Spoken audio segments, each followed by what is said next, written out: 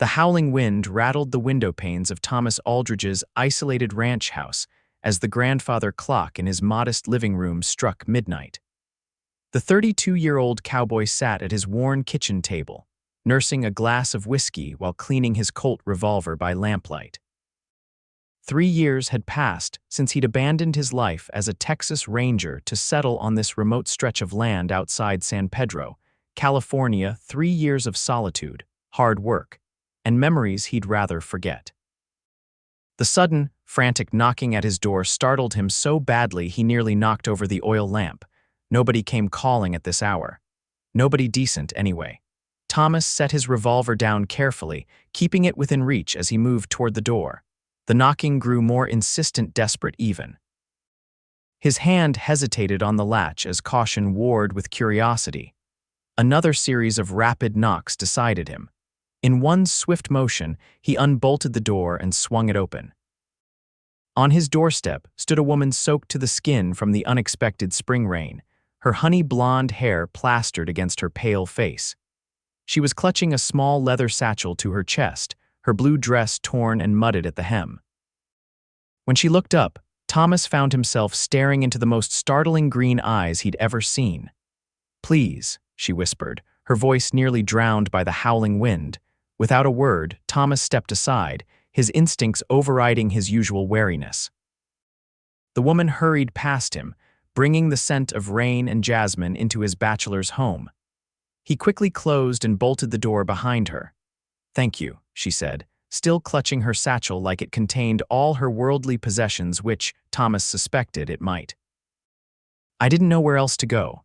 "You're shivering," Thomas observed, already moving to stoke the dying embers in the fireplace. "There's a blanket on that chair. You should get out of those wet clothes before you catch your death." The woman nodded gratefully, but made no move toward the blanket, instead glancing nervously at the window as if expecting someone to appear in the darkness beyond. "I'm Thomas Aldridge," he said, trying to put her at ease while keeping a careful distance. "And you're standing in my home at midnight without an explanation." "Abigail," she replied, finally meeting his gaze. "Abigail Zimmerman." She took a deep breath. "And I think someone's trying to kill me." Thomas's hand instinctively moved toward the revolver he'd left on the table. "You'd better start from the beginning, Miss Zimmerman." Abigail placed her satchel on the floor and finally reached for the blanket. "It's Mrs., actually." She wrapped the woolen blanket around her shoulders, "though I suspect I'm a widow now." The next morning, sunlight streamed through the windows of Thomas's spare bedroom where Abigail had spent a restless night. After her startling pronouncement, she'd been too exhausted to explain further, her body swaying with fatigue. Thomas had shown her to the small room, furnished only with a narrow bed and a chest of drawers, before retreating to his own quarters, his mind filled with questions. Now, as Thomas prepared a simple breakfast of coffee, biscuits, and bacon, he rehearsed what he would ask her. He'd learned to be cautious with strangers during his ranger days, and a mysterious woman appearing at midnight with talk of murder certainly qualified as cause for suspicion. The floorboards creaked, announcing Abigail's arrival before she appeared in the doorway. In the daylight, Thomas could better assess his unexpected guest. She was younger than he'd initially thought, mid-20s perhaps, with a delicate face that spoke of genteel upbringing. Her borrowed clothes, an old shirt of his and a pair of trousers cinched tight with rope, made her look oddly vulnerable. "Good morning," she said, her voice stronger than the night before. "I apologize for my abrupt arrival and for taking your hospitality without proper explanation." Thomas nodded, gesturing toward the table. "Coffee's hot, food will be ready soon." Abigail sat, wrapping her hands around the mug he offered her. "I owe you my story, Mr. Aldridge." "Thomas," he corrected, turning back to the stove. "And yes, you do." She took a deep breath. "My husband Edmund Zimmerman and I arrived in San Pedro 3 months ago. He was a businessman from Chicago with interests in the new railroad line. At least, that's what I believed." Her voice faltered. 2 days ago, I found documents in his office safe. He wasn't just investing in the railroad. He was systematically buying land from farmers who didn't understand its value, using forged documents and threats. Thomas set a plate of food before her, his expression carefully neutral. And how does this lead to someone wanting to kill you? Yesterday morning, I confronted him, Abigail said, her eyes downcast. He admitted everything, said I was a fool for thinking business in the West was conducted with clean hands. When I threatened to go to the authorities, She touched her cheek where Thomas now noticed a fading bruise. He struck me for the first time in our 5 years of marriage and locked me in our bedroom. Thomas's jaw tightened, but he remained silent, allowing her to continue. I escaped through the window last night, intending to go to the sheriff.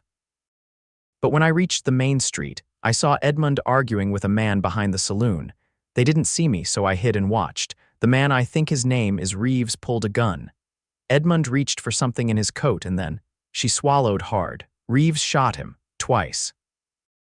Edmund fell and Reeves started searching his body, cursing when he couldn't find whatever he was looking for. And what was that? Thomas asked quietly. Abigail reached for the satchel she'd brought to the table. She opened it and withdrew a sealed envelope. I believe it was this. I found it hidden in a compartment of Edmund's writing desk when I was gathering a few belongings before escaping. I haven't opened it. Thomas studied the envelope. It was unmarked, sealed with wax bearing no insignia. What makes you think Reeves would come after you? Because after he couldn't find whatever he was looking for, he said, the wife must have it. Find her. He sent 2 men toward our house. Abigail's hands trembled as she pushed the envelope toward Thomas. I ran. I didn't know where to go. I was heading out of town when I saw your light. You were the only house for miles with a lamp still burning. Thomas took the envelope, weighing it in his hand. Do you know what's inside? No, Abigail shook her head, but it must be important enough to kill for. After a moment's consideration, Thomas broke the seal. Inside was a folded map and several documents bearing official-looking stamps. As he spread them on the table, Abigail leaned forward. These are land deeds, Thomas said, examining the papers, and this map shows plots throughout San Pedro County. His eyes narrowed as he studied the markings. Some of these properties follow the proposed railroad route, but others. He traced a line with his finger. These follow the San Pedro River upstream. Why would your husband care about those? Abigail's brow furrowed. I don't know. Edmund never discussed his business dealings with me. Thomas continued examining the documents, his ranger's instincts prickling. These dates are interesting. All these deeds were purchased within the last year, but some of them have ownership transfers dated for next month. He looked up at Abigail. Your husband was planning to sell these properties to someone. But who? And why would someone kill him for these papers? Abigail asked, fear evident in her voice. That's what we need to find out. Thomas carefully refolded the documents and returned them to the envelope. But first, we need to confirm your husband's death and learn what the sheriff knows. Abigail's face paled. I can't go into town. Reeves might recognize me. You won't have to, Thomas said, rising from the table. I'll go alone. You'll stay here, doors locked with this. He retrieved a shotgun from above the fireplace and placed it on the table. Do you know how to use one of these? Abigail nodded hesitantly. My father taught me, though it's been years. Simple enough. Point and pull the trigger if anyone but me tries to come through that door. Thomas grabbed his hat from a hook by the door. I should be back by mid-afternoon. Don't open the door for anyone else. As Thomas saddled his horse, his mind worked through what Abigail had told him. Her story seemed plausible enough, but he'd learned the hard way that things were rarely as straightforward as they appeared. Still, the fear in her eyes had been genuine, as had the bruise on her cheek.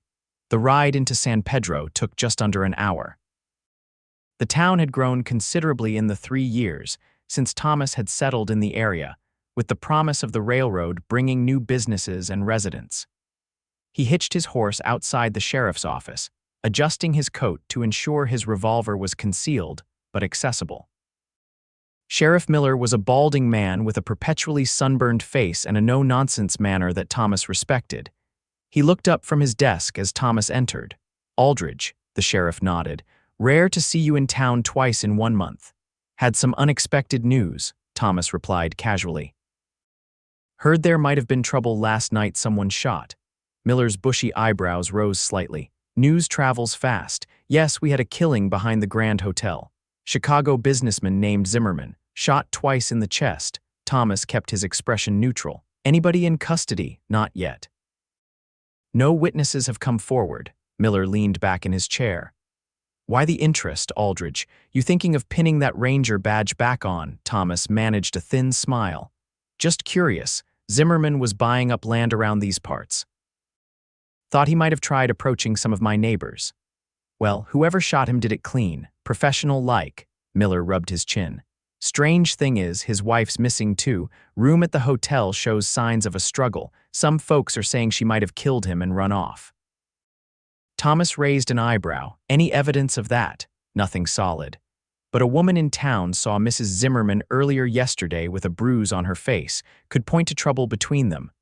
Thomas nodded thoughtfully. What about Zimmerman's business associates? Anyone new in town who might have had dealings with him? Miller studied Thomas carefully. There's a fellow named Reeves who arrived about a week ago, claims to represent some Eastern investors, been talking with Zimmerman plenty. The sheriff leaned forward. You know something I should hear, Aldridge. Just gathering information, Thomas replied smoothly. I'll let you know if anything substantial turns up. As Thomas turned to leave, Miller called after him, the undertaker's holding Zimmerman's body if you're interested. No family here to claim him yet.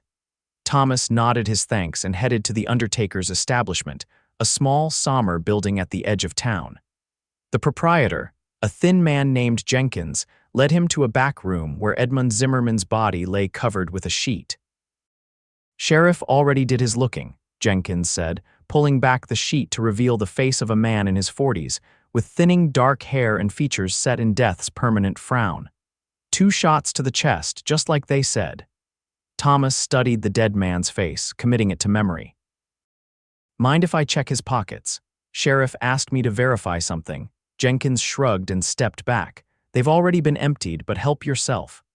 Thomas made a show of checking the pockets of Zimmerman's blood-stained suit jacket and trousers, confirming they were indeed empty. What about personal effects? Wallet, watch, that sort of thing? In that box there, Jenkins nodded toward a small wooden container on a nearby table. Nothing much. Pocket watch, wallet with a few dollars, keys, no letters or such. Thomas examined the items quickly. The watch was expensive, gold with an engraving on the back. To Edmund with love, A.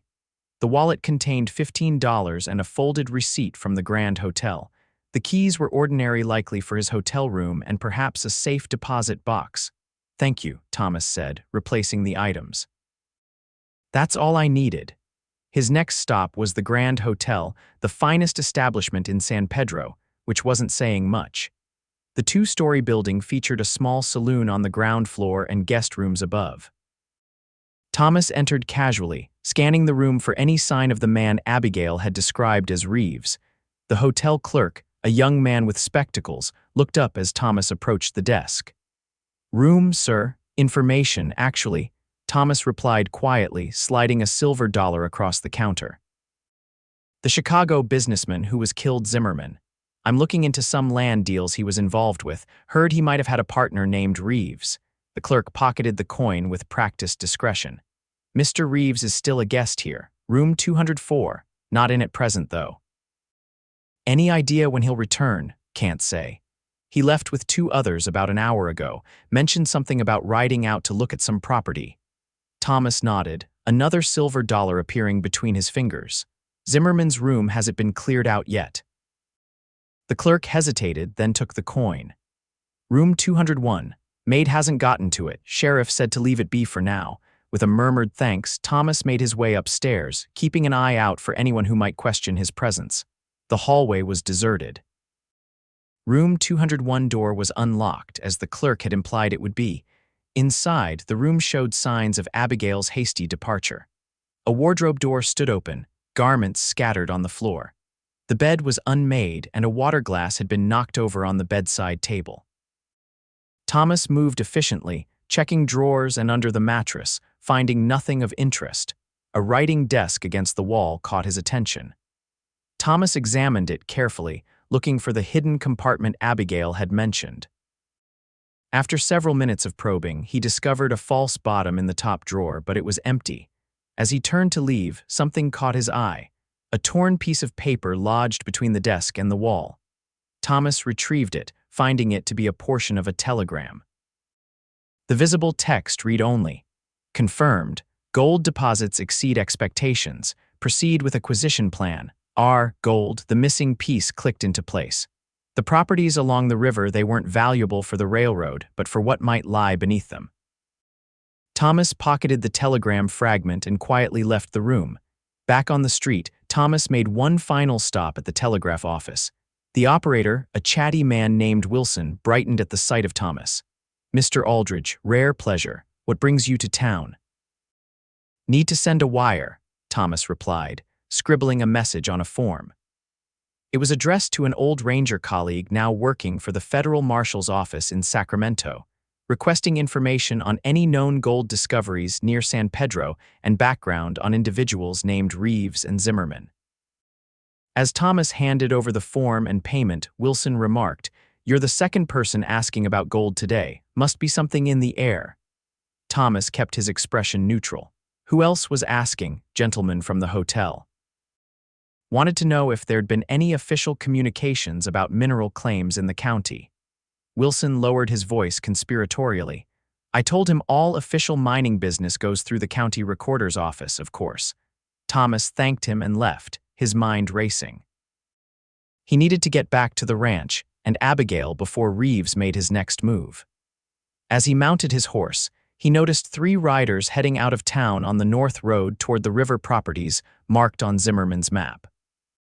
And he realized with a sinking feeling, in the general direction of his ranch, Thomas rode hard, pushing his horse faster than he normally would. The realization that Reeves might somehow connect Abigail to him had sent a jolt of urgency through his body. How could they have made that connection? Had someone seen her on the road to his ranch last night? As he crested the final hill before his property came into view, Thomas slowed, approaching more cautiously. Everything appeared normal, no strange horses hitched outside, no signs of disturbance. Still, he circled around to approach from the back, tethering his horse in a stand of trees before proceeding on foot. Through the kitchen window, he could see Abigail moving about inside. Relief washed over him, quickly replaced by renewed vigilance. He entered through the back door, causing Abigail to whirl around, the shotgun in her hands. "It's me," he said quickly, raising his hands. Abigail lowered the weapon, her shoulders sagging. "Thank goodness. Did you learn anything?" "Your husband is dead," Thomas confirmed, moving to the window to scan the surrounding landscape. "Shot exactly as you described, and you were right to run. The sheriff mentioned you're missing, and some folks are suggesting you might have killed Edmund." Abigail paled. "That's absurd." "I would never." "I know," Thomas cut her off.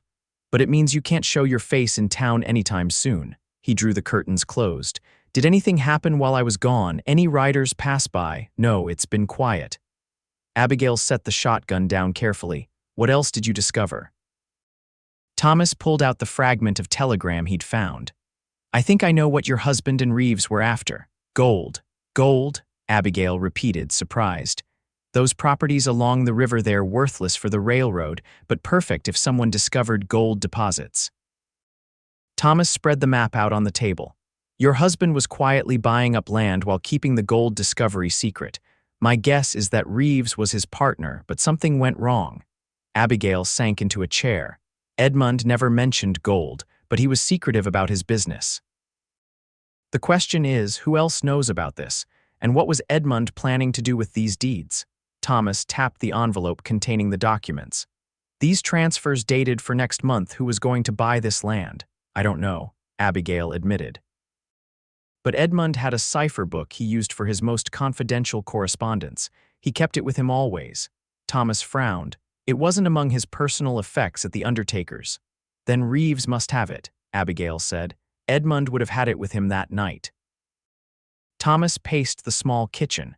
"We need to decide what to do with these documents. They're evidence of your husband's dealings, but they're also what Reeves is looking for." Abigail looked up at him, her green eyes resolute. "I want nothing to do with Edmund's schemes. But I won't let Reeves profit from them either, not after what he did." Before Thomas could respond, the distant sound of approaching horses reached them. He moved swiftly to the window, peering through a gap in the curtains. 3 riders, he reported grimly, coming fast. Abigail stood, reaching for the shotgun. "How did they find me?" I don't know, Thomas admitted, checking his revolver. But we can't stay here. Grab your things, we'll go out the back and into the woods. I have a hunting cabin about 5 miles east. We can hole up there until we figure out our next move. As Abigail gathered her meager possessions, Thomas quickly collected ammunition, food, and water. He retrieved a rifle from a cabinet and led Abigail out the back door just as the riders approached the front of the house. They moved quickly through the trees behind the ranch, Thomas leading his horse by the reins. Once they were deep enough in the forest, he helped Abigail mount and handed her the reins. Follow this game trail east, he instructed quietly. The cabin is beside a small creek, you can't miss it. Abigail looked down at him, alarmed. What about you? I'm going to circle back and see what they're after. I need to know if they're certain you're here or just checking possibilities. That's too dangerous, Abigail protested. I've done this before, Thomas assured her, his hand briefly touching hers on the reins. Go, I'll join you before nightfall. After a moment's hesitation, Abigail nodded and urged the horse forward, disappearing into the dappled forest light. Thomas watched until she was out of sight, then turned back toward the ranch, moving silently through the underbrush he knew so well. When he reached the edge of the clearing, he could see 3 men systematically searching his home. One stood guard outside a tall man with a drooping mustache and a shotgun cradled in his arms. The other 2 were inside, visible through the windows as they moved from room to room. Thomas settled into a hidden position where he could observe without being seen. After about 20 minutes, the 2 men emerged from the house. One was a stocky fellow with a bowler hat, the other was taller, better dressed, with the bearing of someone accustomed to authority. This, Thomas guessed, was Reeves. She's been here, the better-dressed man said, his voice carrying clearly in the still afternoon air. The bed in the spare room is rumpled, and there are women's clothes drying by the stove. No sign of the documents, asked the man with the mustache. Nothing, Reeves replied, frustration evident in his voice. They must have taken them when they left. The stocky man questioned. Whoever lives here was in town today asking questions about Zimmerman. Reeves scanned the surrounding forest. The telegraph operator described him tall fellow, former Texas Ranger, name's Aldridge. Thomas tensed, so that was how they'd found his ranch. The talkative telegraph operator must have mentioned his inquiries to Reeves. What now, boss? Asked the mustached man. Reeves considered for a moment. Jones, you stay here. They might come back for supplies or thinking we've moved on. Carson and I will check the neighboring ranches. She can't have gone far on foot. What if this Aldridge fella comes back armed? I hear rangers are quick on the draw. Reeves smiled coldly. Then shoot him. But try to keep the woman alive. We need to know where those documents are. As Reeves and Carson mounted their horses, Thomas carefully retreated deeper into the forest. He needed to reach Abigail and warn her that Reeves knew more than they'd thought. And he needed to come up with a plan that would keep them both alive. The sun was beginning to set by the time Thomas reached the hunting cabin. It was a simple one-room structure built of logs, with a stone fireplace and a single window. As he approached, he saw smoke rising from the chimney. Abigail had managed to start a fire. He whistled a distinctive pattern before emerging from the trees, not wanting to startle her. The cabin door opened cautiously, and Abigail appeared, shotgun at the ready. When she recognized Thomas, relief flooded her features. Thank God, she said as he approached. I was beginning to worry. Inside, the cabin was warm from the fire. Abigail had found the supplies Thomas kept stocked and had prepared a simple meal of beans and coffee. They know I've been at the ranch, she said as Thomas bolted the door behind them. I could see it in your face. Thomas nodded grimly. Reeves found evidence you'd been there, and somehow he knows about me too. Someone in town must have talked. What are we going to do? Abigail asked, her composure remarkable given the circumstances. Thomas sat heavily on the cabin's only chair, running a hand through his hair. We need help. I sent a telegram to an old colleague in the federal marshal's office, but it could be days before we hear back. We don't have days, Abigail observed. Reeves won't stop looking. No, he won't. Thomas considered their options. These documents, they're our only leverage. If we could understand exactly what Zimmerman and Reeves were planning, we might find a way to use it against him. Abigail pulled the envelope from her satchel, spreading the contents on the small table. "I've been studying these while waiting for you. Look at this notation on the map." She pointed to a series of numbers written along the river properties. "These aren't survey markers, they're too irregular. I think they might be references to entries in Edmund's cipher book." Thomas leaned closer. "You could be right, which means without that book, these numbers are meaningless to us." "But not to Reeves," Abigail pointed out. "If he has the cipher book, he could make sense of all this." "Then we need to get that book," Thomas said decisively, "or destroy it." Abigail looked at him skeptically. "How? Reeves keeps it with him, I'm sure. He's staying at the Grand Hotel, room 204, according to the clerk." Thomas started pacing the small cabin. "If Reeves and his men are out searching for us, his room might be unoccupied." "You're suggesting we break into his hotel room?" Abigail asked, eyes wide. "That's incredibly risky." "It is," Thomas acknowledged, "but it's our best chance to understand what we're dealing with. And possibly to clear your name." Abigail was silent for a long moment, staring into the fire. Finally, she looked up, determination hardening her delicate features. "I'll do it. I should be the one to go." "Absolutely not," Thomas protested. "You're the one they're looking for most actively." "Exactly," Abigail countered. "They'll be looking for a woman alone, not a couple, and certainly not a couple dressed as respectable travelers." She stood, gesturing to herself. "With the right clothes, a different hairstyle, perhaps some spectacles, I could walk right past them without being recognized." Thomas began to object, then paused, considering. "It's still too dangerous. More dangerous than staying here waiting for them to find us," Abigail challenged.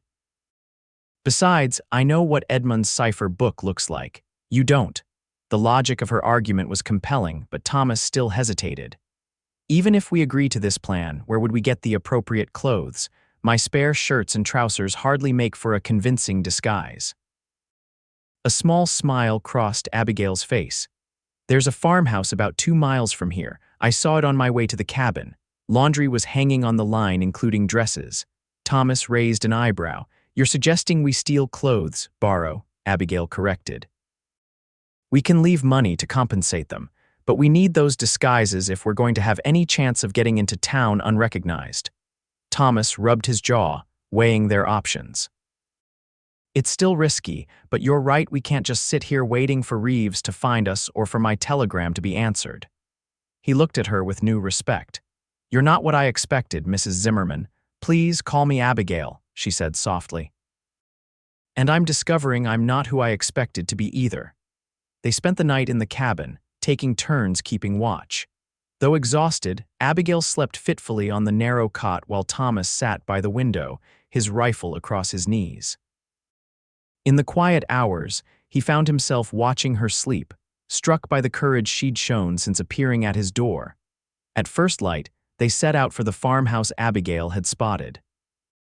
Moving carefully through the forest to avoid open ground where they might be seen, they reached the small homestead just as the family, a couple with 3 young children, was sitting down to breakfast. "We can't just take their clothes," Thomas whispered, as they observed from the edge of the woods. "These are honest folk. We'll leave payment," Abigail insisted. "More than the clothes are worth, but we need them, Thomas." After watching the farmer head to his fields and his wife take the children to what appeared to be a small schoolroom attached to the barn, they approached the unattended clothesline. Abigail selected a modest blue dress and shawl, while Thomas took a clean shirt and vest that looked approximately his size. They left $5, far more than the garments were worth, tucked inside the family's mailbox, with a note explaining the borrowed items would be returned. Back at the cabin, Abigail used the small mirror Thomas kept for shaving to transform her appearance. She braided her hair severely and pinned it up, darkening her eyebrows slightly with ash from the fireplace. With the borrowed spectacles Thomas kept for reading perched on her nose, she looked remarkably different from the desperate woman who had appeared at his door. Thomas, too, altered his appearance by shaving his short beard and slicking his hair back with water. In the clean shirt and vest, with his revolver concealed beneath his coat, he looked more like a businessman than a rancher or former lawman. "How will we get to town?" Abigail asked as they prepared to leave. Your horse is distinctive. Reeves' men might recognize it. Thomas nodded. There's a stage stop about 3 miles south of here. We can catch the midday stage to San Pedro, less conspicuous that way. The walk to the stage stop was tense, both of them constantly scanning for signs of Reeves or his men. They arrived with time to spare and purchased tickets without incident. The other passengers, a traveling salesman and an elderly couple, paid them little attention as they boarded. As the stage rumbled toward San Pedro, Thomas and Abigail sat close together, speaking in low voices about their plan. Once we reach town, we'll take a room at the boarding house, not the Grand Hotel, Thomas instructed. We'll pose as a married couple passing through. You'll stay in the room while I scout the hotel to determine Reeves' whereabouts. Abigail nodded, though Thomas could feel the tension in her body where their shoulders touched. And if he's not there, if he's out searching for us, then we move quickly. I'll create a distraction if necessary while you search his room. Thomas's hand briefly covered hers. If you find the cipher book, take it and leave immediately. Don't wait for me. I won't leave you behind, Abigail said firmly. The stage arrived in San Pedro by mid-afternoon. Thomas helped Abigail down, maintaining their cover as a married couple as they made their way to Mrs. Perkins' boarding house, a modest establishment at the quieter end of the main street. Mrs. Perkins, a widow in her 50s with shrewd eyes and a no-nonsense manner, showed them to a small but clean room on the second floor. Meals are at 7 and noon, she informed them.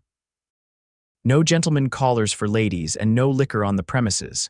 We understand, Thomas replied politely. My wife and I are just passing through, heading to Sacramento tomorrow. Once alone, they finalized their plan. Thomas would go to the saloon beneath the Grand Hotel, where he could observe comings and goings while maintaining an inconspicuous presence. Abigail would wait until he signaled that the coast was clear before attempting to enter Reeves' room. If you're not back by nightfall, I'll come looking for you, Abigail said as Thomas prepared to leave. He paused at the door. That would be unwise. Nevertheless, she replied with quiet determination. Thomas made his way to the Grand Hotel's saloon, ordering a whiskey and finding a seat with a clear view of the stairs and front entrance. The room was half full, typical for late afternoon, with a mix of locals and travelers. After nursing his drink for nearly an hour, his patience was rewarded. Reeves and his stocky companion, Carson, entered the saloon, speaking in low voices. They took a table in the corner, and a server quickly brought them drinks without being asked a sign they were regular customers. Thomas kept his head down, angling his chair to keep them in view while avoiding direct eye contact. Their conversation was too quiet to overhear, but their manner suggested frustration. At one point, Reeves slammed his fist on the table, causing nearby patrons to glance over nervously. After finishing their drinks, both men rose. Thomas tensed, but rather than heading upstairs, they moved toward the door. Reeves stopped to speak briefly with the bartender, then both men exited the hotel. This was the opportunity they'd been waiting for. Thomas waited a few minutes to ensure they weren't returning, then left some coins on the table and casually made his way out of the saloon. Once outside, he walked around to the boarding house, taking a circuitous route to avoid being followed. Abigail was ready, her borrowed dress exchanged for the more practical trousers and shirt she'd worn at the ranch. They've gone. For now, Thomas confirmed. Reeves seemed angry. My guess is their search isn't going well. Then let's move quickly, Abigail said, tucking her hair under a cap she'd found among Thomas's belongings. They left the boarding house separately, with Thomas going first to ensure the coast was clear. They reunited in the alley behind the Grand Hotel, where a service entrance provided access to the back stairs. Room 204, Thomas reminded her. I'll keep watch at the end of the hall. 3 quick knocks means trouble. Get out immediately if you hear it. Abigail nodded, her face pale but resolute. I'll be as quick as I can. They slipped into the hotel and up the back stairs without being seen. The second-floor hallway was deserted, with late afternoon sunlight filtering through a window at the far end. Thomas positioned himself near the stairs, appearing to study a notice posted on the wall, while Abigail moved quietly to room 204.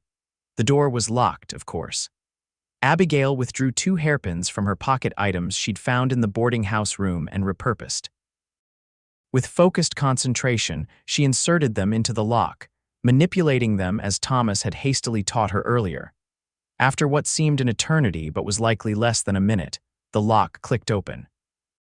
Abigail glanced at Thomas, who gave a slight nod, and she slipped inside, closing the door behind her. Reeves' room was larger than the one she'd shared with Edmund, with a separate sitting area and bedroom. Abigail moved methodically, starting with the most obvious places: drawers, wardrobe, bedside table. She found clothing, a bottle of expensive bourbon, some personal items, but no cipher book. Time was ticking. She could feel her heartbeat accelerating as she searched more thoroughly, checking under the mattress, behind drawers, even inside the bourbon bottle in case it contained hidden documents rather than liquor. Finally, in the sitting area, she noticed a leather satchel tucked half under the sofa. Pulling it out, she found it locked with a small padlock. This had to contain something valuable.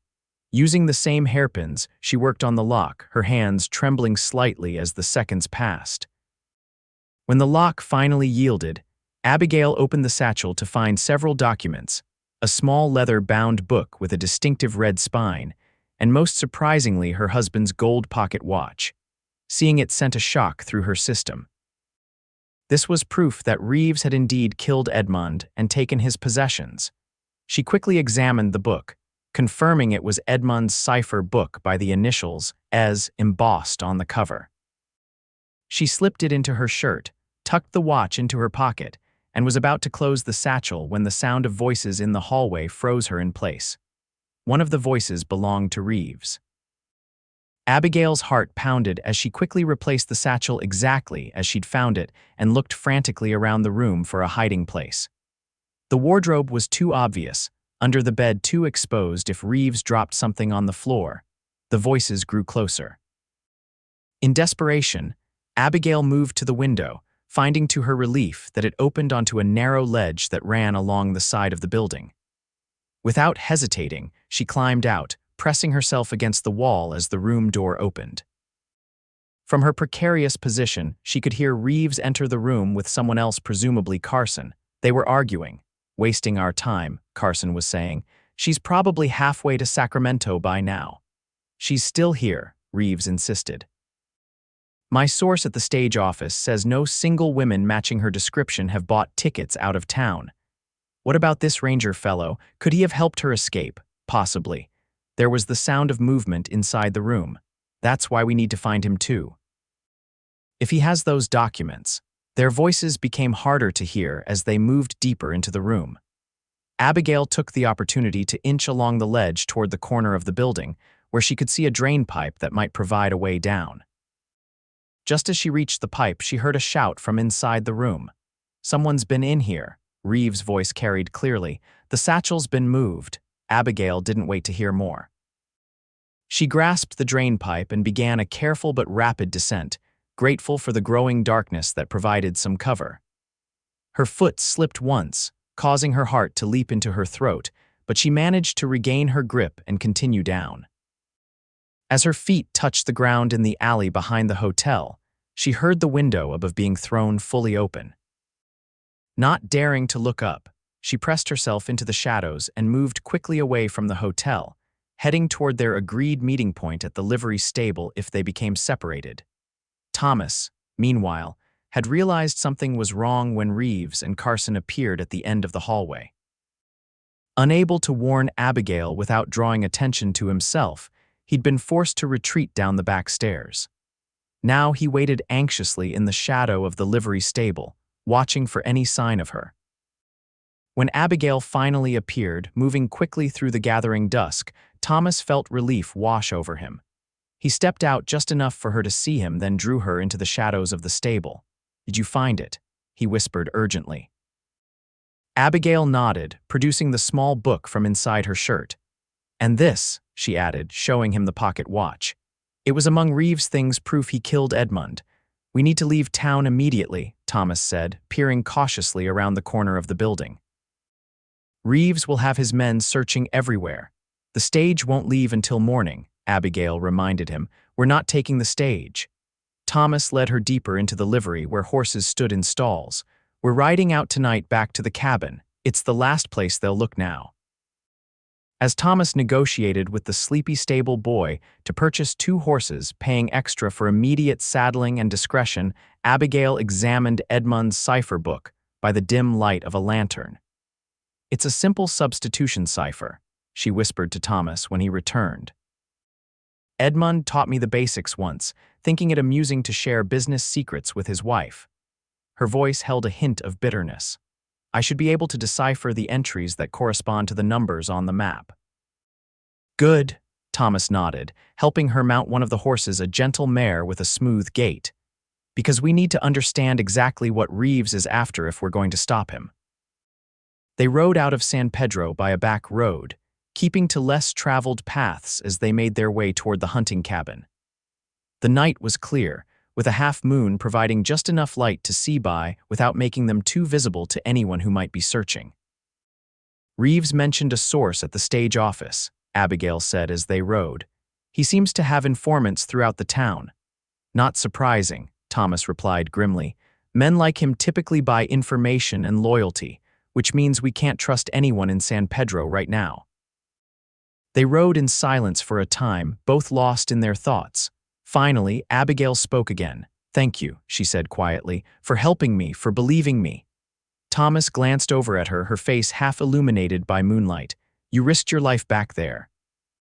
Most people wouldn't have had that courage."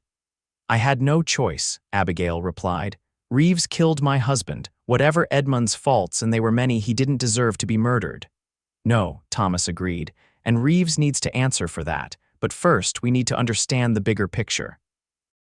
They reached the cabin without incident and quickly settled in, securing the horses in a small lean-to behind the structure.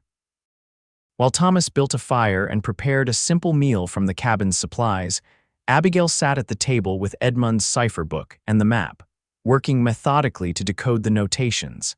As they ate, Abigail shared what she'd learned. These numbers reference specific test results, gold content measurements from various points along the river. "According to this, the richest deposits are here," she pointed to a section of the map, "and here, both on properties Edmund had already purchased." So Zimmerman was quietly buying land with proven gold deposits before word got out, Thomas surmised. Standard practice for speculators, if not entirely ethical. "But there's more," Abigail continued, turning pages in the cipher book. "Edmund was planning to sell these properties, all of them, to the Western Mining Consortium next month, for a tremendous profit." Thomas frowned. "Western Mining Consortium? I've never heard of it." "That's because it doesn't exist yet," Abigail said, showing him a decoded entry. "It's a company Reeves was forming with financial backing from investors in Chicago and New York. Edmund was to be a major shareholder. So they were partners," Thomas said. "But something went wrong." Abigail nodded, her expression troubled. "According to these notes, Edmund discovered something that concerned him. The last entry, dated just 3 days ago, mentions Artic's true backers and cannot proceed with knowledge of their involvement. He found out who was really funding Reeves," Thomas said thoughtfully. "Someone Edmund wasn't willing to do business with." "There's one more thing," Abigail said hesitantly. "A name appears several times in the later entries, Senator Williams." Thomas's expression darkened. "James Williams, the California state senator, you know him, by reputation. He sits on the committee that oversees mining regulations and land grants." Thomas's mind was working rapidly. If Williams is involved with Reeves, it would explain why Edmund became reluctant to proceed, Abigail finished. "He was many things, but he always avoided political entanglements. Said they were bad for business in the long run." Thomas stood, pacing the small cabin. "This is bigger than we thought. If a state senator is involved in a scheme to acquire gold-rich lands through deception, it's corruption at the highest level," Abigail said quietly. "And Edmund was killed because he wanted out, which makes these documents even more valuable and dangerous." Thomas gestured to the map and cipher book. "This is evidence that could implicate not just Reeves, but potentially a powerful state senator." Abigail's face paled. "What do we do now?" Thomas considered their options carefully. My telegram to Sacramento may eventually bring federal authorities, but we can't wait. Reeves won't stop looking for us. Could we go directly to Sacramento? Abigail suggested. Present this evidence ourselves. It's risky, Thomas admitted. But less risky than staying here or trying to convince the local sheriff, who might already be compromised. He made his decision. We'll leave at first light, take a route that avoids San Pedro entirely. It's a longer journey, but safer. They spent the remainder of the evening preparing for the journey, gathering supplies and plotting their route on a map Thomas kept in the cabin. It would take at least 3 days of hard riding to reach Sacramento, assuming no complications. As they worked, Thomas noticed Abigail's hands trembling slightly. You should rest, he said gently. Tomorrow will be demanding. Abigail shook her head. Every time I close my eyes, I see Edmund falling, shot in that alley, and now knowing why. She looked up at Thomas, her green eyes haunted. I keep wondering if I could have prevented it somehow, if I'd understood what he was involved in sooner. Thomas moved to sit beside her. You can't blame yourself for your husband's choices, Abigail, or for Reeves' actions. I know, she said softly, but I can't help feeling that I should have seen the signs. Edmund changed over the last year, became more secretive, more driven. I told myself it was just business pressure, but deep down, I knew something was wrong. We all miss things we should see, Thomas said, thinking of his own past failures. All we can do is make better choices moving forward. Abigail studied his face. You speak from experience. Thomas nodded, surprising himself with his willingness to share. I was a ranger for 8 years. Saw things, did things that changed me. The last case I worked. He paused, the memories still painful. A family was killed because I trusted the wrong person. I missed the signs that should have been clear. By the time I realized my mistake, it was too late. Is that why you left the Rangers? Abigail asked gently. Yes, Thomas admitted. Couldn't wear the badge after that, bought this land, thought I could leave it all behind. He gave a rueful smile. Until you knocked on my door, their eyes met, and something shifted between them, a recognition of shared pain, of understanding. Without thinking, Thomas reached out to brush a strand of hair from Abigail's face. She caught his hand, holding it against her cheek for a moment before self-consciousness made them both pull away. We should get some sleep, Thomas said, rising abruptly. Dawn comes early. That night, as Thomas took the first watch, he found himself watching Abigail's sleeping form with confused emotions. She was still technically a married woman, newly widowed, in fact, and they were in the middle of a dangerous situation that required clear heads. Yet he couldn't deny the connection forming between them, unexpected and inconvenient as it was. He pushed the thoughts aside, focusing instead on the challenges ahead. Getting to Sacramento safely, presenting their evidence, ensuring Abigail's safety until Reeves was brought to justice. One step at a time, he told himself firmly. Survive first, feelings later. The journey to Sacramento began at dawn, with both of them riding refreshed horses and carrying provisions for several days. Thomas had chosen a route that would take them through less populated areas, following game trails and old Indian paths where possible to avoid main roads where Reeves' men might be watching. The first day passed without incident, though they maintained a vigilant pace, stopping only briefly to rest the horses and eat. By nightfall, they had covered nearly 30 miles, good progress considering the terrain. They made camp in a sheltered hollow, with Thomas building only a small fire for cooking, extinguishing it early to avoid the light being seen from a distance. As they ate a simple meal of jerky and hardtack, Thomas noticed Abigail wincing as she shifted position. You're not used to riding this long, he observed. She attempted a smile. Is it that obvious? You've done remarkably well for someone who's probably spent more time in carriages than on horseback. Thomas rummaged in his saddlebag and produced a small tin. This might help. Salve for sore muscles. Used it plenty during long ranger patrols. Abigail accepted the tin gratefully. Thank you for this and for, she gestured vaguely, everything. Just doing what's right, Thomas replied, though they both knew it had become more than that. As they settled for the night, taking turns on watch as they had at the cabin, Thomas found himself increasingly aware of Abigail's presence, her scent, the sound of her breathing. the way moonlight played across her features when she slept. It was disconcerting, this growing attraction, and entirely inappropriate given the circumstances. Yet when dawn broke and they continued their journey, riding side by side where the trail allowed, Thomas couldn't help noticing how natural it felt to have her beside him. Their conversation flowed easily as they rode, sharing stories from their lives before the current crisis. "I grew up in Boston," Abigail told him as they picked their way through a rocky passage.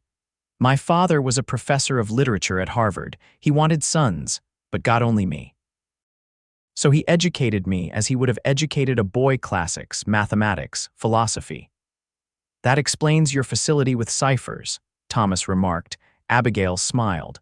"Father believed women's minds were just as capable as men's, though society rarely gave us opportunity to prove it." "He was considered quite radical." Her smile faded. "When he died 5 years ago, there was little money left. Edmund was visiting Boston on business, attended a salon where I was playing the piano. He seemed so worldly, so confident. When he proposed after just 3 weeks, I accepted." "You loved him?" Thomas asked, immediately regretting the personal question. "I was grateful to him," Abigail replied honestly, "and I admired him." "Love," she shrugged. "I thought it would grow with time." "And did it?" "No," she said simply. "We developed a cordial partnership." Edmund was generous materially, if not emotionally. "I was a suitable wife who managed his household and accompanied him to business functions. It wasn't until we came west that I began to see other sides of him: his ruthlessness, his moral flexibility." Thomas nodded, understanding how easy it was to accept small compromises until you found yourself complicit in something you never intended. "The West changes people," he said, "brings out their true nature for better or worse." "And what about you?" Abigail asked. "Has it changed you?" Thomas considered the question seriously. "It stripped away pretenses," he finally answered. "In Texas, wearing the badge, I thought I understood justice, right and wrong. Out here, alone with my thoughts these past 3 years." He shook his head. "Things aren't as clear-cut as I once believed." "Yet you didn't hesitate to help me," Abigail pointed out. "A stranger at your door with an implausible story." Thomas glanced at her. "Some things are still clear-cut." Their second day of travel brought them to more populated areas, forcing them to be more cautious. They avoided the main roads, but twice had to hide as riders passed nearby. Whether these were Reeves' men or innocent travelers, they couldn't risk being seen. By late afternoon, they reached a small settlement, little more than a trading post, and a few scattered buildings. They needed supplies, but entering even this tiny community carried risk. "I'll go," Thomas decided. "Less chance of being recognized than you. Wait here with the horses." "Be careful," Abigail said, her concern evident. "Reeves seems to have eyes everywhere." The trading post was quiet, with only the proprietor and a single customer, an elderly man examining traps, present when Thomas entered. He purchased coffee, bacon, and ammunition as casually as possible, keeping his hat low over his face. As he was paying, the door opened, admitting a tall man in a duster. Thomas kept his head down, but his instincts immediately signaled danger. The newcomer moved with the deliberate grace of a gunman, his eyes scanning the store with professional assessment. "Passing through." The proprietor asked Thomas as he counted out change. "Just restocking," Thomas replied noncommittally. "Long ride ahead." "Heading west?" the man in the duster inquired, his tone friendly but his eyes sharp. "North," Thomas lied, gathering his purchases. "Got family in Oregon." The man nodded, but Thomas could feel his gaze following as he left the store. Once outside, he walked unhurriedly to where he'd left his horse at the hitching post, fighting the urge to look back. Only when he'd mounted and ridden casually out of the settlement did he allow himself to relax slightly. Abigail was waiting anxiously where he'd left her, hidden in a stand of trees off the main trail. "What happened?" she asked, noting his tension immediately. "Possible trouble," Thomas replied, scanning behind them. "Someone at the trading post felt wrong. We need to move now." They rode hard for the next hour, pushing the horses faster than was wise given the journey still ahead. Only when they reached a stream running through a narrow canyon did Thomas call a halt, allowing the horses to drink while he climbed to a vantage point to check their back trail. No riders were visible, but Thomas remained uneasy. "We're being followed," he said when he rejoined Abigail. "I can feel it." "What do we do?" she asked, her voice steady despite the fear in her eyes. Thomas considered their options. "We can't outrun them forever. The horses need rest, and we're still at least a day from Sacramento." He looked around at the canyon, noting its defensible position. "We make a stand. Here. Against how many?" Abigail asked practically. "Can't be sure. At least one, possibly more." Thomas began unloading essential supplies from the horses. "But we have advantages: high ground, good cover, and they don't know we're aware of them." As dusk approached, Thomas prepared their position carefully. He found a defensible spot among the rocks overlooking the stream, the most likely approach for anyone following their trail. He showed Abigail how to reload his rifle and positioned her where she would have clear shots downstream. "Only fire if you have no choice," he instructed. "I'll try to handle this without bloodshed if possible." Darkness fell, bringing with it a tense silence broken only by the gurgling stream and occasional night sounds. Thomas and Abigail waited, alert to every shadow, every noise that might signal approach. Near midnight, Thomas touched Abigail's arm and pointed. A faint glow was visible downstream, lantern light, partially covered. Someone was approaching, trying to move stealthily. "One rider," Thomas whispered after a moment. "Moving slow, checking the trail." They watched as the figure dismounted about 100 yards away, securing the horse before proceeding on foot, lantern now completely shuttered. In the darkness, only occasional movements betrayed the approaching figure's position. Thomas moved silently to intercept, leaving Abigail with the rifle. Circling around, he positioned himself behind a boulder near the path, waiting until the shadowy figure was nearly upon him before making his move. With practiced efficiency, Thomas lunged forward, clamping one hand over the person's mouth while pressing his revolver to their ribs with the other. "Don't move," he hissed. "Don't make a sound." To his surprise, the body beneath his hands was slighter than expected, and a muffled feminine protest came from behind his hand. Cautiously, Thomas removed his hand. "I'm alone," a woman's voice whispered, "and I'm here to help you, Mr. Aldridge." Thomas kept his revolver in place. "Who are you?" "Sarah Miller, the sheriff's daughter." She remained perfectly still. "My father sent me to warn you. Reeves knows you're heading to Sacramento. He has men watching all the main roads." Thomas hesitated, suspicion warring with the need for information. "Why would Sheriff Miller help us?" "Because Reeves threatened him," Sarah replied quietly. "Tried to force him to arrest Mrs. Zimmerman for her husband's murder.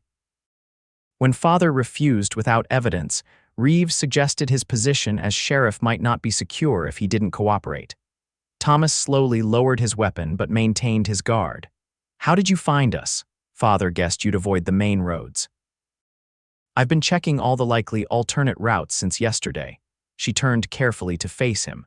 "There's more. Reeves received a telegram today from Sacramento. Senator Williams is arriving in San Pedro the day after tomorrow. This was significant news." "Why? What's happening?" "I don't know," Sarah admitted. But Reeves seemed pleased. He's called off the search parties heading north and west. He's focusing everything on the eastern routes now. Thomas considered this information carefully. "Why should I trust you?" "Because my father has been sheriff for 15 years and has never taken a bribe or looked the other way," Sarah said proudly. "And because I brought this." She reached slowly into her pocket and withdrew a folded paper. "It came for you at the telegraph office." Father intercepted it before Reeves' man could see it. Thomas took the paper, a telegram from his ranger contact in Sacramento. He couldn't read it in the darkness, but the fact that it existed lent credibility to Sarah's story. "Wait here," he instructed, then moved back to where Abigail waited anxiously. "What's happening?" she whispered as he approached. "Possible ally," Thomas replied, explaining about Sarah Miller. "I'm inclined to believe her, but we need to be cautious." Together, they returned to where Sarah waited. After introductions, they moved to their small camp where a carefully shielded lantern provided enough light to read the telegram. Information received: stop Williams under investigation for land fraud, stop evidence links to Reeves mining scheme, stop federal marshals dispatched, stop Ida San Pedro, 3 days, stop secure documents. and await contact. Stop, Parker. This confirms part of your story, Thomas told Sarah after reading the message aloud. But it doesn't explain why Williams would come to San Pedro now, with federal marshals on the way. Unless he doesn't know they're coming, Abigail suggested. If the investigation is confidential, he's coming to complete the deal, Sarah said suddenly. Father overheard Reeves telling his men to prepare the documents for signing. The pieces clicked into place for Thomas. With Zimmerman dead, Reeves needs to finalize the land acquisitions before news of the gold deposits becomes public. Williams probably has investors ready to buy in once the Western Mining Consortium is officially formed. But they can't proceed without the documents we have, Abigail pointed out. The deeds, the map with the test results. Which is why Reeves is still searching for us, but focusing on routes to Sacramento, Thomas reasoned. He thinks we're trying to reach the authorities there. Sarah nodded. He has men watching every approach to Sacramento. That's why Father sent me to find you to warn you it's too dangerous to continue in that direction. Thomas paced the small clearing, thinking rapidly. If Williams is coming to San Pedro the day after tomorrow, and the federal marshals won't arrive until the following day, we could catch them all together, Abigail finished his thought. Reeves, Williams, the evidence of their scheme. It's risky, Thomas cautioned. We'd be walking into the very place they're looking for us. But they're looking for us on the roads to Sacramento, Sarah pointed out. Not riding back into San Pedro itself. The audacity of the idea had a certain appeal. Thomas unfolded his map, studying it by lantern light. If we circle south, approach from the direction of Los Angeles instead of from the north, we might slip in unnoticed, Abigail agreed, leaning over the map beside him. Especially if they believe we're still heading to Sacramento. Thomas looked at Sarah. We'd need help in town, someone to tell us when Williams arrives where the meeting will take place. Father can do that, Sarah said confidently, and I can be your contact. It's dangerous for both of you, Thomas warned. Sarah straightened, determination evident even in the dim light. Reeves has threatened my father, tried to corrupt his office. This is our town too, Mr. Aldridge. We want to protect it. After further discussion, they formed a plan. Sarah would return to San Pedro, informing her father of their intentions. Thomas and Abigail would circle south, then approach the town from the opposite direction, arriving by nightfall the following day. They would stay hidden outside town until Sarah brought word of Williams' arrival and the meeting location. As Sarah prepared to leave, she handed Thomas a small bundle. Father sent these, thought they might be useful. Inside, Thomas found a badge, not a ranger star, but a deputy sheriff's badge for San Pedro County and official-looking papers authorizing him as a special deputy. Your father's taking a significant risk, Thomas said, understanding the sheriff's message. These items gave him legal authority to act in San Pedro, should it become necessary. He knows, Sarah replied simply, but he believes it's the right thing to do. After Sarah departed, Thomas and Abigail repositioned their camp, both too energized by the new plan to sleep immediately. Do you think it will work?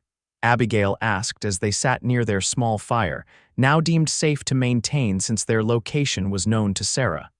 It's better than continuing to run, Thomas replied honestly. And if we succeed, we can end this, clear your name, bring Reeves to justice, expose Williams' corruption. Abigail was silent for a long moment, staring into the flames, and afterward, she finally asked, her voice soft. What then? The question hung between them, laden with unspoken possibilities. Thomas looked at her, the firelight casting golden highlights in her hair and illuminating the strength in her delicate features. I don't know, he admitted. I haven't thought beyond keeping you safe and resolving this situation. I have, Abigail said, meeting his gaze steadily. I've thought about it a great deal, actually. Thomas felt something shift between them, the acknowledgement of feelings that had been growing since that first night when she appeared at his door. Abigail, he began carefully, your husband has been dead less than a week. You're in the midst of danger, relying on me for protection. Whatever you're feeling, whatever we're both feeling may not be real. It's real, she countered quietly. Perhaps accelerated by our circumstances, but no less genuine for that. She reached out, her fingers lightly touching his hand. "I've spent 5 years in a marriage without true connection, Thomas. I recognize the difference." Thomas didn't pull away, but neither did he return her gesture. "When this is over," he said gently, "if you still feel the same way, we can discuss what comes next. But for now, we need clear heads." Abigail withdrew her hand, nodding with understanding if not agreement. "Of course, you're right." The following day brought clear skies and good riding conditions as they circled wide around San Pedro, approaching from the south as planned. They traveled through rolling hills covered with spring wildflowers, a stark contrast to the tension and danger that had marked their journey thus far. During a brief rest to water the horses, Abigail studied the cipher book again, making notes on a scrap of paper. "What are you looking for?" Thomas asked, curious. "Details about the meeting," she replied, not looking up. Edmund was meticulous about recording schedules and arrangements. If this meeting with Williams was planned before his death. She fell silent, turning pages rapidly, then stopped. "Here, an entry from 2 weeks ago. W confirms May 12 for final signatures. Grand Hotel private dining room, 8 p.m. That's tomorrow night," Thomas noted. "Consistent with what Sarah told us. There's more," Abigail continued reading. "R insists on full participation shares for Chicago Group. Conflict possible if W attempts renegotiation." "Sounds like there was tension between Reeves and Williams about how to divide the profits," Thomas observed. "That could work in our favor if they're not fully trusting each other. They might be more vulnerable to being caught off guard," Abigail finished, looking up with a small smile. "My thoughts exactly. By dusk, they had reached the foothills south of San Pedro."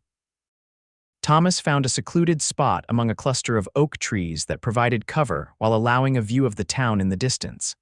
Lights were just beginning to appear as lamps were lit in homes and businesses. "We'll wait here for Sarah," Thomas said as they made camp. "No fire tonight." They ate a cold supper of jerky and dried fruit, speaking little, both aware of the dangers the following day would bring. When they finished, Thomas took out the deputy badge Sheriff Miller had sent, turning it over in his fingers thoughtfully. "What are you thinking?" Abigail asked, watching him. "About how quickly life can change," he replied. "A week ago, I was determined to live out my days in solitude, away from the responsibilities of a badge. Now here I am, preparing to wear one again." "Do you regret it? Helping me?" Thomas looked up, meeting her gaze in the gathering darkness. "Not for a moment." They spent a restless night, taking turns keeping watch. Thomas insisted Abigail take the first sleeping shift, knowing she would need her strength for the coming day. As he sat guard, listening to the night sounds and watching the distant lights of San Pedro, Thomas found himself contemplating futures he hadn't allowed himself to imagine in years, futures that now, inexplicably, included Abigail. It was premature, he knew. Foolish, even. Yet the possibility had taken root in his mind, impossible to dislodge. Morning brought a fine mist that gradually burned off as the sun rose. They were just finishing a sparse breakfast when Sarah Miller appeared, riding confidently up the hillside. "Williams arrived last night," she reported without preamble. "He's staying at the Grand Hotel. The meeting is confirmed for 8 o'clock tonight in the private dining room, as you suspected." "Who will be there?" Thomas asked. "Williams, Reeves, and 2 others business associates from San Francisco, according to what Father overheard." Sarah handed Thomas a folded paper. "This is a sketch of the hotel layout, including the back entrance to the private dining room. Father will ensure it's unlocked." Thomas studied the sketch, noting the position of the private dining room relative to the main hotel entrance and the saloon. "What about Reeves' men?" "At least 3 are stationed around the hotel," Sarah confirmed.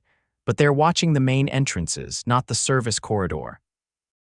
After discussing final details of their plan, Sarah departed with a promise to meet them at the edge of town at sunset. Once she was gone, Thomas and Abigail spent the day reviewing the documents they would present to Williams and Reeves, ensuring they understood every detail of the land scheme. "We only get one chance at this," Thomas reminded Abigail as the afternoon waned. "If anything goes wrong, if you feel threatened at any point, you signal me and we leave immediately. Your safety matters more than catching them." Abigail's expression softened. I appreciate your concern, Thomas, but we both know what's at stake here. It's not just about clearing my name anymore. It's about justice for Edmund, for the landowners who were cheated, for the town itself. Thomas recognized the determination in her voice. She had changed in the days since she'd appeared at his door, grown stronger, more resolute. The frightened widow had become a woman of purpose. Just be careful, he said finally. I couldn't bear it if anything happened to you. The simple admission hung between them, more revealing than any declaration might have been. I will, Abigail promised softly. We both will. As sunset approached, they made final preparations. Abigail changed into the blue dress they'd borrowed, arranging her hair simply but neatly. Thomas pinned the deputy's badge inside his coat, where it could be quickly revealed when needed, and checked his revolver one last time. The ride into San Pedro was tense, with both of them alert for any sign they'd been spotted. They met Sarah as arranged at a small church on the outskirts of town, leaving their horses in the care of the sympathetic pastor who was a friend of Sheriff Miller. Father will be at the hotel, Sarah told them as they prepared to enter the town on foot. He'll create a distraction in the saloon at precisely 8 o'clock, drawing Reeves' men away from the private dining room entrance. And if the distraction doesn't work? Thomas asked practically. Sarah patted her skirt pocket, where the outline of a small derringer was visible. Then I create a more dramatic one. Thomas raised an eyebrow but didn't comment. The sheriff's daughter clearly had her father's determination and perhaps more initiative. They separated, with Sarah heading directly to the hotel while Thomas and Abigail took a more circuitous route through back alleys. The town was busy with evening activities, the saloon doing brisk business, shopkeepers closing up, townspeople heading home for supper. No one paid particular attention to the well-dressed couple walking purposefully but unhurriedly toward the Grand Hotel. At 7:45, they reached the service entrance Sarah had indicated on her sketch. As promised, the door was unlocked. They slipped inside, finding themselves in a narrow corridor that ran behind the hotel kitchen. Following the sketch, they made their way toward the private dining room, pausing at corners to listen for approaching footsteps. The corridor ended at a small antechamber with 2 doors, one leading to the main hotel hallway, the other to the private dining room. Thomas put his ear to the latter, hearing multiple voices within. He recognized Reeves' distinctive tone, though the words were indistinct. They're already inside, he whispered to Abigail. We wait for the sheriff's distraction, then enter. She nodded, her face pale but composed. Thomas checked his pocket watch, 7:58, 2 minutes until Sheriff Miller would create the diversion they needed. The minutes stretched interminably. Thomas could feel his heart pounding, adrenaline sharpening his senses. Beside him, Abigail stood perfectly still, the documents clutched in her gloved hands. Suddenly, a commotion erupted from the direction of the saloon, shouting, the crash of breaking glass, and the distinctive voice of Sheriff Miller ordering someone to stand down. Almost immediately, they heard rapid footsteps in the main hallway as Reeves' men responded to the disturbance. Now, Thomas said, drawing his revolver with one hand while revealing the deputy's badge with the other. He pushed open the door to the private dining room. Inside, 4 men sat around a table covered with documents and a half-empty bottle of whiskey.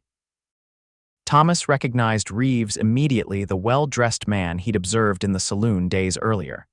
Beside him sat an older, distinguished-looking gentleman who could only be Senator Williams. The other 2 men were strangers to Thomas, presumably the business associates Sarah had mentioned. All 4 looked up in shock as Thomas and Abigail entered, the door closing firmly behind them. What is the meaning of this?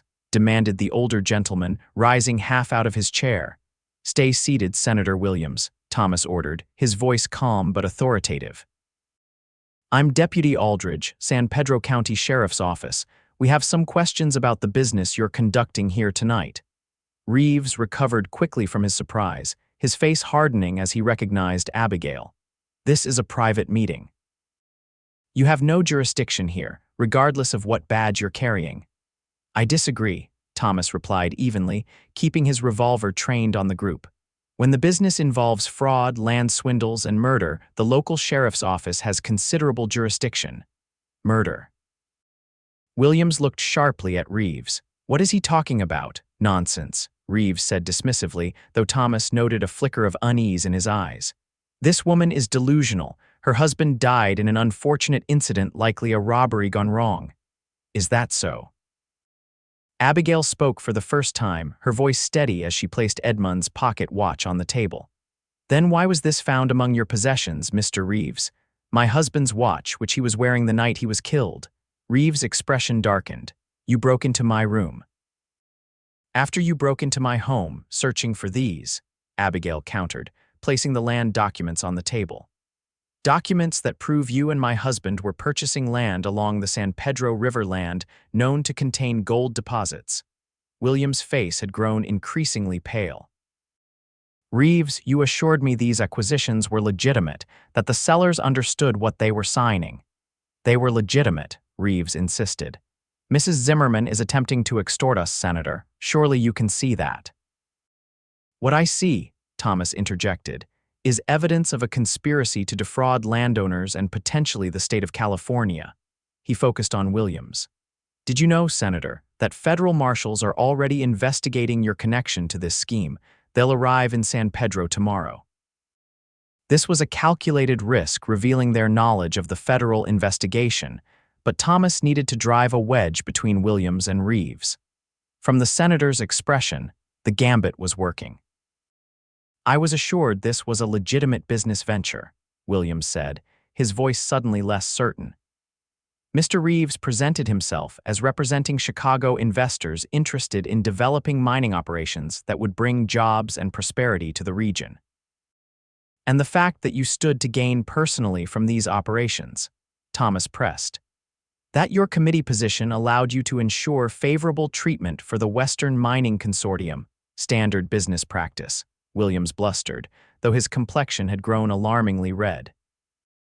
Nothing illegal about elected officials investing in the regions they represent.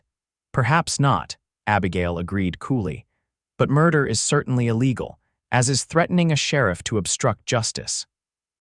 One of the other men at the table, a thin individual with spectacles, cleared his throat nervously. I was not informed of any improprieties in this venture. If there have been irregularities, my clients in San Francisco would want no part of it. Shut up, Harrison, Reeves snapped, his composure finally cracking. His hand moved toward his jacket. Don't, Thomas warned, his revolver unwavering. You're already facing murder charges. Don't compound the situation. For a tense moment, Reeves seemed to consider his options. Then, with surprising swiftness, he lunged across the table, grabbing for the documents Abigail had placed there. In the same motion, he drew a small derringer from his vest pocket. Thomas fired, his shot striking Reeves in the shoulder. The businessman cried out, the derringer falling from his hand as he collapsed back into his chair. The door burst open behind them, revealing Sheriff Miller with his revolver drawn. Everyone stay where you are, he commanded, quickly assessing the situation. What followed was a flurry of activity. Sheriff Miller's deputies secured Reeves and took statements from everyone present. Senator Williams, seeing the mounting evidence against him, began distancing himself from Reeves, claiming he'd been misled about the nature of the land acquisitions. The documents Abigail had brought along with Edmund's cipher book, and the pocket watch found in Reeves' possession, provided compelling evidence of the scheme and Reeves' involvement in Edmund's murder. By the time the federal marshals arrived the following day, the case against both Reeves and Williams was substantial. For Thomas and Abigail, the aftermath brought a strange mixture of relief and uncertainty. With Abigail's name cleared and the immediate danger past, the question of what now loomed large between them. 3 days after the confrontation at the Grand Hotel, they stood on the porch of Thomas's ranch house, freshly returned from San Pedro. The house had been searched by Reeves' men but was otherwise undamaged. Inside, Thomas had built a fire to ward off the evening chill, and they had shared a quiet meal, their first moment of true peace since Abigail had knocked on his door that stormy night. The federal marshal says my testimony will be needed when Reeves and Williams go to trial, Abigail said, gazing out at the sunset painting the hills with golden light. That could be months from now. Where will you go in the meantime? Thomas asked, the question that had been weighing on his mind finally spoken aloud. Abigail turned to face him, her green eyes searching his. I don't know. I have no home to return to, no family waiting. She hesitated, then continued with quiet determination. But I do know that I don't want to leave here to leave you unless you ask me to go. Thomas felt something unfurl in his chest, hope, long dormant, suddenly blooming. I don't want you to go, he said simply. I want you to stay here with me. Are you certain? Abigail asked, stepping closer. My presence in your life has brought nothing but chaos and danger. It's brought far more than that, Thomas corrected gently. Purpose, companionship, joy, even in the midst of peril. He reached for her hand, entwining his fingers with hers. I spent 3 years hiding from life, Abigail. Then you knocked on my door and suddenly I was living again. I felt the same awakening, she admitted, a smile lighting her features, as if I'd been sleepwalking through my existence until that night. Thomas drew her closer. I know it's soon, I know there will be talk, complications. But I can't pretend I haven't fallen in love with you, Abigail Zimmerman. Then don't pretend, she whispered, lifting her face to his. And I won't pretend I haven't fallen in love with you, Thomas Aldridge. Their first kiss was gentle, tentative, a promise of possibilities rather than a demand. When they parted, both were smiling, the weight of recent events temporarily lifted by the simple joy of acknowledged love. It won't be easy, Thomas cautioned, ever practical even in this moment of happiness. There's the trial ahead, and San Pedro is a small town with a long memory. We've faced worse together, Abigail reminded him, and we'll face whatever comes together still.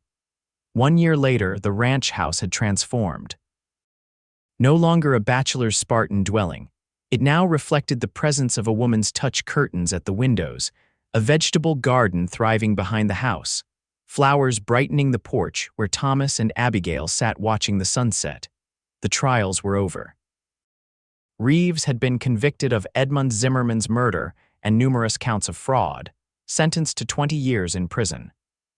Senator Williams had escaped prison through political connections, but had been forced to resign in disgrace. The Western Mining Consortium had never materialized, and the gold deposits along the San Pedro River were now being legitimately developed by the original landowners who had formed their own cooperative. Letter came from Sarah Miller today, Abigail mentioned, sipping her tea. Her father won re-election as sheriff, unopposed this time. Thomas smiled. Good man, Miller. San Pedro's fortunate to have him. He reached over to take his wife's hand. Just as I'm fortunate to have you. Abigail's free hand moved to her slightly rounded belly where their first child grew. We're both fortunate, she corrected gently. To have found each other, to have survived, to be building this life together. Thomas nodded, thinking of how close they'd come to losing everything and how much they'd gained instead. From that stormy midnight knock on his door had come not just danger and adventure, but love, partnership, and a future brighter than he could have imagined. Do you ever think about that night? He asked. When you first appeared at my door, often, Abigail admitted. I was so frightened, so desperate. I had no idea where I was going, only that I needed safety, and your light was the only one burning in the darkness. I nearly didn't open the door, Thomas confessed. Old habits, old suspicions. But you did, Abigail reminded him, leaning her head against his shoulder. You let me in before I could explain, before you knew anything about me. That single act of kindness changed everything. As the last rays of sunlight faded from the hills, and the first stars appeared overhead, Thomas reflected on the strange paths that life could take, how the greatest blessings often came disguised as challenges, how a moment's decision could alter the course of many lives.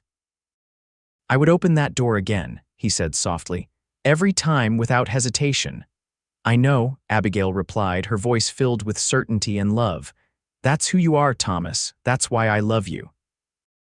Together they watched night claim the landscape, secure in the knowledge that whatever darkness might come, they would face it as they had from the beginning together, stronger for having found each other in their time of greatest need. And in the years that followed, as their family grew and their ranch prospered, Neither ever forgot that fateful night when a desperate knock on a lonely door had led not to danger, but to the greatest love either had ever known.